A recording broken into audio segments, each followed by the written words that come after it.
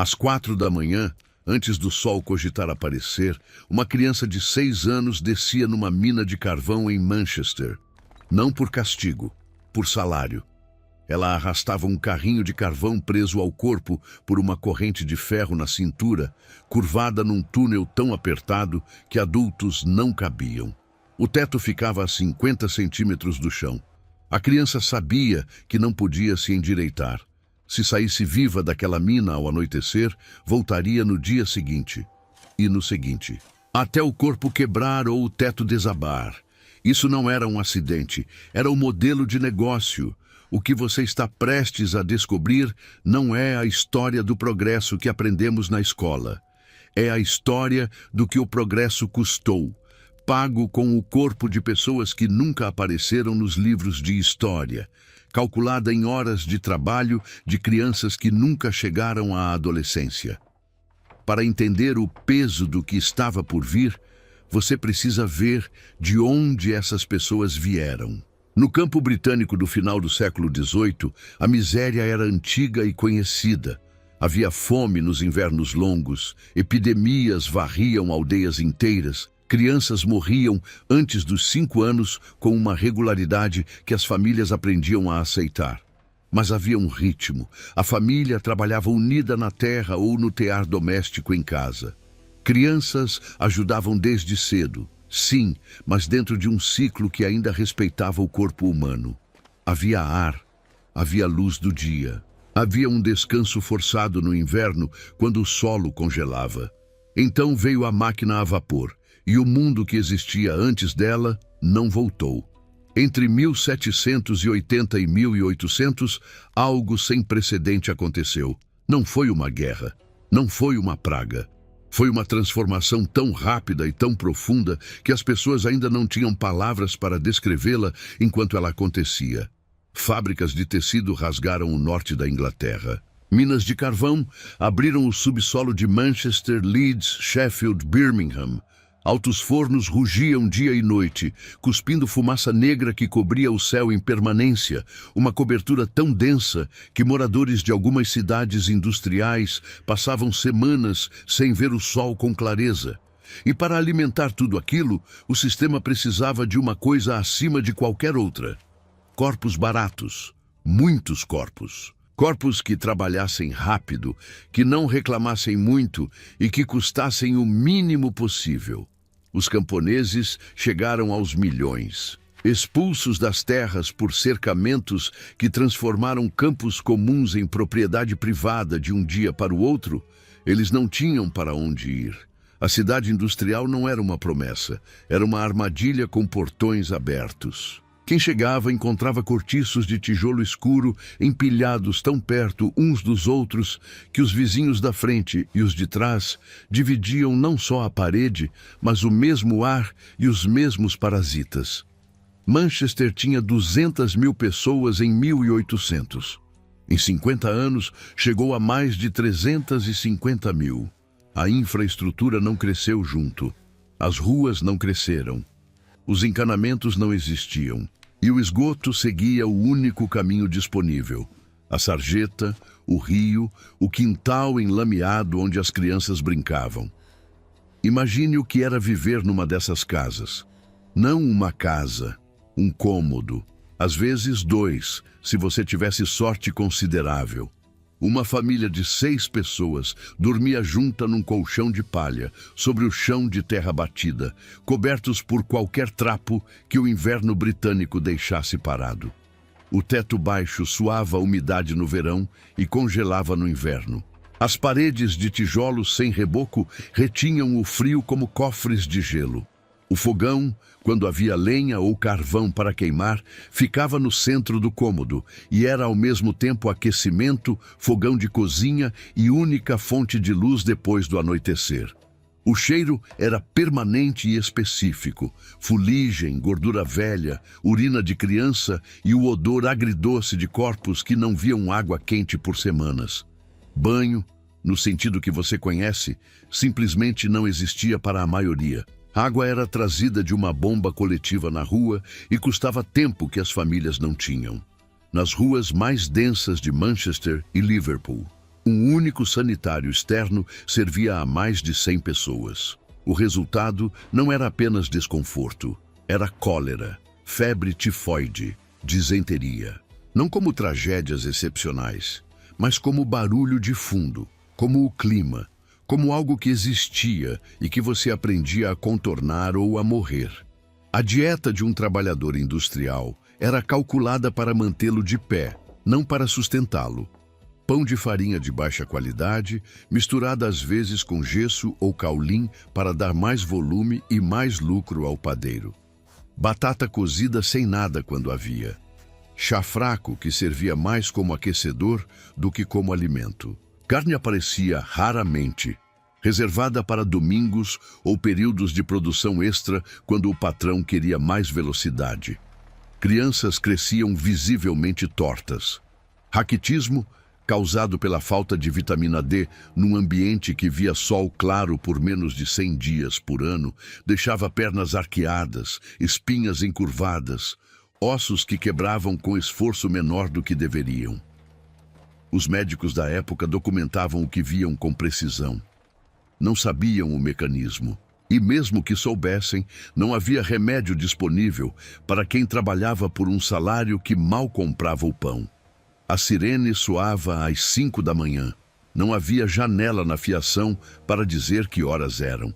Havia o barulho constante e ensurdecedor dos teares mecânicos, o algodão no ar que entrava pelos pulmões e não saía mais, e o supervisor circulando com uma correia de couro para quem cochilasse em pé.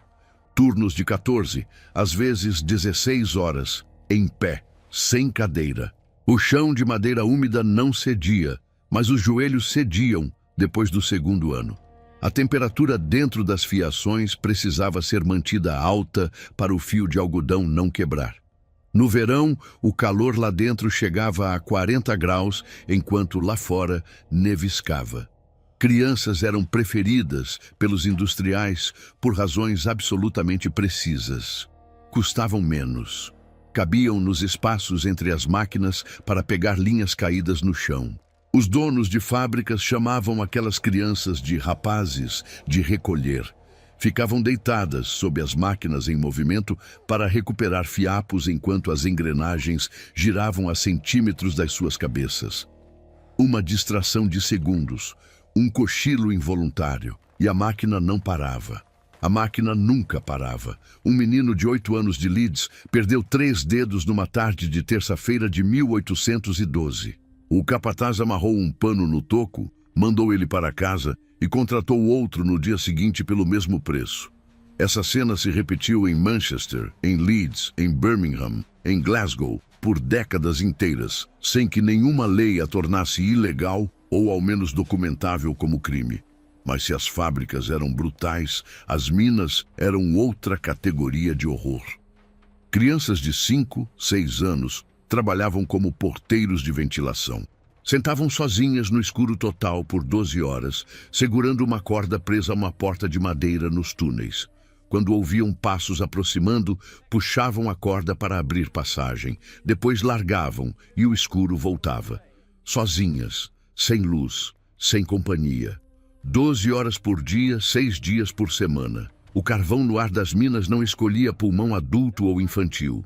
A pneumoconiose, o pulmão negro como chamavam, começava a se instalar nos primeiros anos de trabalho subterrâneo.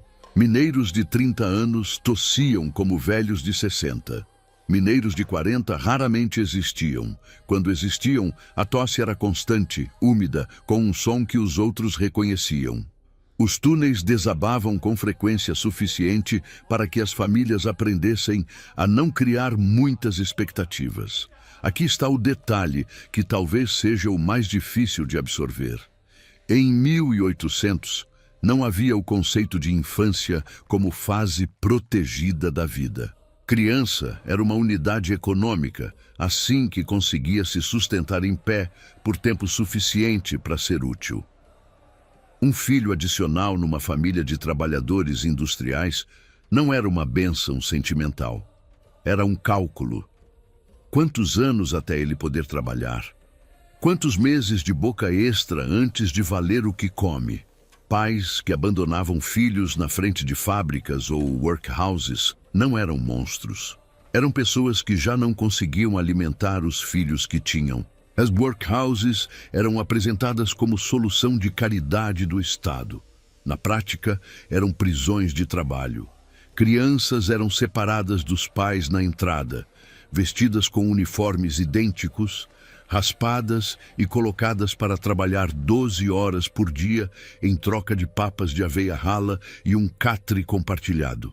Bater em criança por rendimento insuficiente era rotina e era legal. Fugir era crime passível de prisão. E o que o parlamento fazia? Os médicos documentavam. Relatórios oficiais descreviam com precisão clínica crianças de 12 anos com a coluna de pessoas de 50, corpos marcados por acidentes de maquinário, pulmões escurecidos pelo carvão. Os dados existiam. A consciência existia. Industriais contratavam advogados e lobistas para matar projetos de lei. Em 1833, uma lei finalmente restringiu o trabalho infantil em fábricas têxteis. Crianças abaixo de 9 anos. Proibidas. Crianças de 9 a 13 anos. Máximo de 9 horas por dia. Isso foi celebrado como vitória progressista. A lei não se aplicava às minas. Somente em 1842, quando um relatório oficial incluiu ilustrações de crianças arrastando carrinhos de carvão presas por correntes ao corpo, a opinião pública ficou chocada o suficiente para o parlamento agir. Menores de 10 anos foram proibidos de trabalhar no subsolo. Crianças de 10 anos, liberadas para descer. O que aquele sistema produziu, além de sofrimento, é o paradoxo que a história industrial prefere esquecer. O acúmulo de corpos documentados, de estatísticas de mortalidade infantil, de acidentes em série e de surtos de cólera que varriam bairros inteiros gerou algo que não existia antes. A consciência sanitária pública como responsabilidade do Estado. O médico John Snow, mapeando um surto de cólera em Londres em 1854, identificou a bomba d'água contaminada como origem e inaugurou a epidemiologia moderna. A ideia de que governos tinham obrigação de proteger a saúde coletiva não existia antes da Revolução Industrial. Nasceu dela como resposta ao seu próprio desastre. O movimento operário que emergiu no final do século XIX também tem raiz direta naquelas fábricas. Homens e mulheres que trabalhavam 14 horas por dia perceberam lentamente que unidos tinham o único poder que o sistema temia: a capacidade de parar. Hoje você veste uma camiseta comprada por R$ 30. Ela foi produzida numa fábrica em Bangladesh ou no Vietnã, onde mulheres trabalham 12 horas por dia por salários que não cobrem o aluguel num quarto compartilhado. O algodão que toca sua pele foi colhido em campos onde trabalho infantil ainda é documentado em relatórios que governos publicam e ignoram com a mesma elegância que o parlamento britânico demonstrava em 1800. As cadeias de suprimento globais distribuem a produção entre tantos fornecedores de terceiro nível que a responsabilidade se dilui até desaparecer.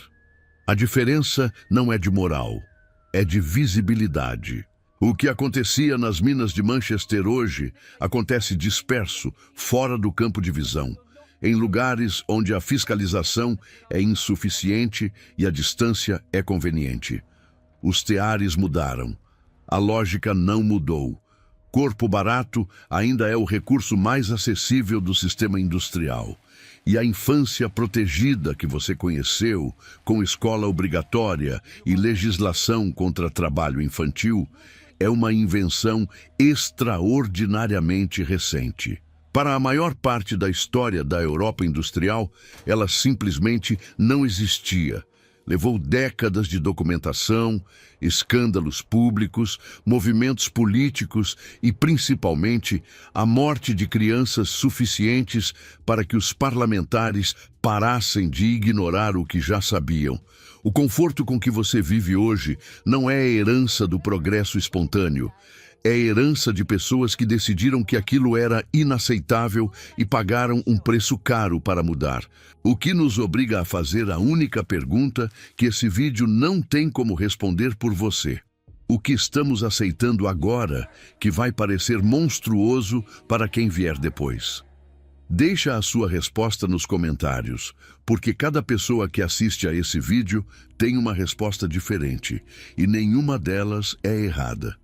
Se esse vídeo destruiu a versão de progresso que você aprendeu na escola, compartilha com alguém que ainda acredita que a Revolução Industrial foi só avanço. E se você quer continuar nessa série de viagens para dentro dos mundos que construíram o nosso, se inscreve no canal e ativa o sino, porque o próximo vídeo vai te mostrar que o século XIX tinha outras brutalidades que ninguém te contou.